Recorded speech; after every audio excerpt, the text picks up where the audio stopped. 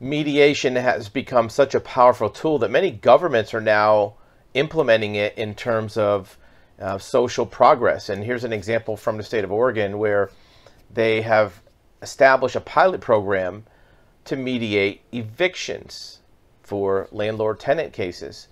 And in this case, they put together a mediation board which helps tenants and landlords both resolve conflicts and issues when there's a problem with housing. And the executive director of this program has a very good observation. It says if people are creative and want to talk about it, there's lots of solutions that aren't textbook. And this is exactly what a mediation does. Many times the parties in a case really can only see certain solutions. There might be a very obvious beneficial solution to both parties that is right before their eyes that they just don't know about or they can't see because they're only looking at it from one perspective. It's not that anybody's doing anything wrong.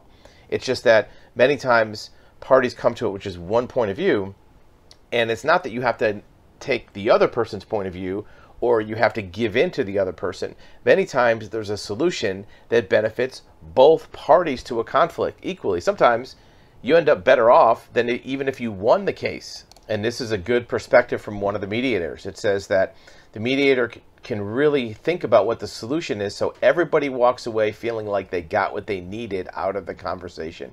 And that's what a good mediation does, where everybody walks away feeling like they got something beneficial. Certainly, there may be some compromises or give and take, but usually those give and take factors are much less than what it would have been if you had to go to court or if you fought it out on a more contentious nature. One of the other factors to mediation being adopted is sometimes one or both of the parties is reluctant to do it. And this article gets into that.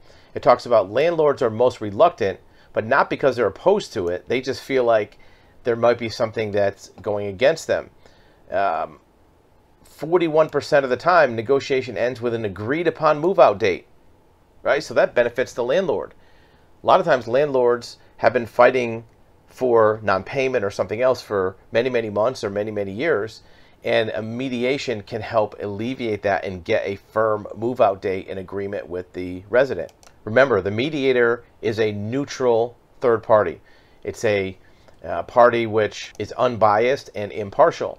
And that may be one of the hang-ups where some landlords think that the mediation only benefits tenants. Right?